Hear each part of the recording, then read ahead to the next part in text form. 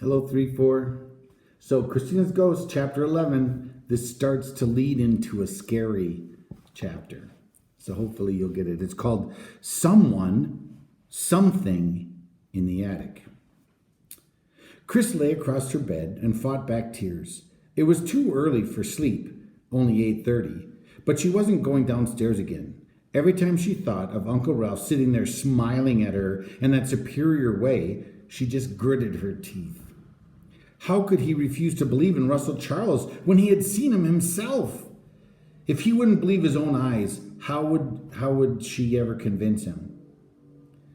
For that just a moment, she considered calling him upstairs and then opening the attic door. Maybe if he felt that dead cold rush of air.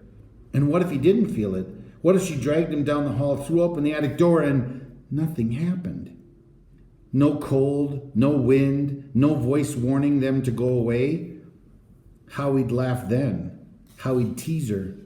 She rolled over on her side and put a pillow over her head. Think good thoughts. Think about Grandma getting better. Think about being a lifeguard someday. Think about... The pillow must have kept her from hearing the telephone. Suddenly, a shaft of light cut across the room. She sat up. Uncle Ralph was at the door, squinting into the dark. On your feet, Christina, he said. Telephone call from Alaska.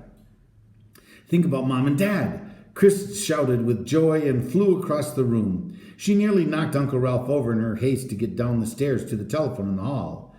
Chris, dear, are you there? This time her mother's voice sounded very far off. How are you, sweetie? Are you and Uncle Ralph managing all right? Oh, Mom. Chris didn't know where to begin. It seemed as if her mother must have known somehow how much she needed a loving voice right now. I'm so glad you called. We think about you and Jenny so much, the telephone line crackled fiercely. You are having fun, aren't you, dear? There was a pause while her mother waited for Chris to say something. Are you there, hon? Chris wondered if Uncle Ralph was at the top of the stairs listening to her part of the conversation.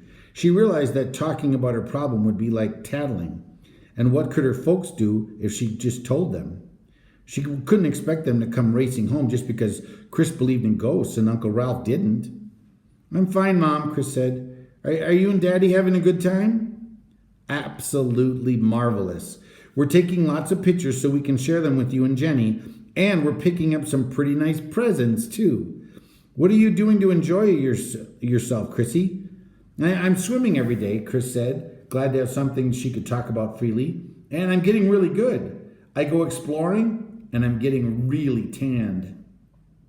There was more crackling in the line, and Chris's father boomed a greeting. We miss you, Chris, he said, shouting as he always did when he talked on the telephone. Take care of yourself, kiddo, and tell Uncle Ralph not to spend all his time with the nose in a book.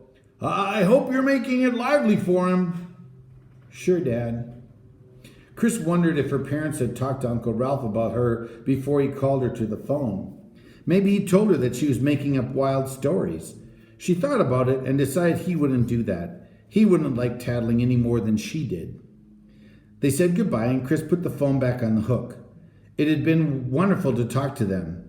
Now that they were gone, she was more alone than ever. But she no longer felt like crying. Even if they hadn't said it in so many words, her parents had let her know how much they loved her, just the way she was. If she told them about ghosts, they wouldn't have laughed. A floorboard creaked behind her, and Chris whirled around. Uncle Ralph was standing on the stairs. His face was a peculiar grayish white, and as Chris stared, he sat down on the step with a thump. He looked the way Chris's father had looked last summer after she and Jenny had persuaded him to go with them on the roller coaster. He looked frightened to death. Well, what's the matter, Uncle Ralph? He cleared his throat. Something in the attic, he said in a low voice. I heard footsteps while you were talking.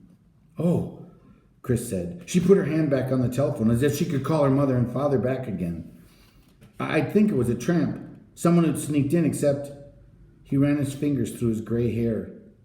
Except that it's getting very cold upstairs. Colder by the minute. I don't understand it. Chris gulped.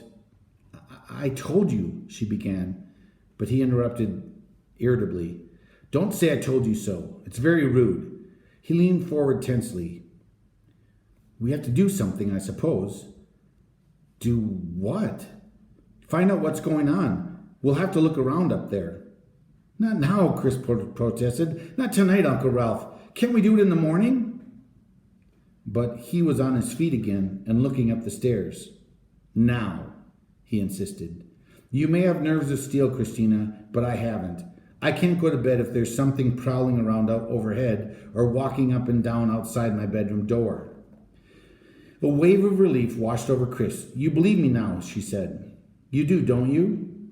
Uncle Ralph turned away from her and started up the stairs. I didn't say that, he told her tightly. Chris shivered. She could actually feel fear in the air around her. Please let's not go up there, she begged. Russell Charles doesn't want us to. But she might as well have kept still. Uncle Ralph was already up at the top of the stairs, and there was nothing to do but follow him. Dun dun dun.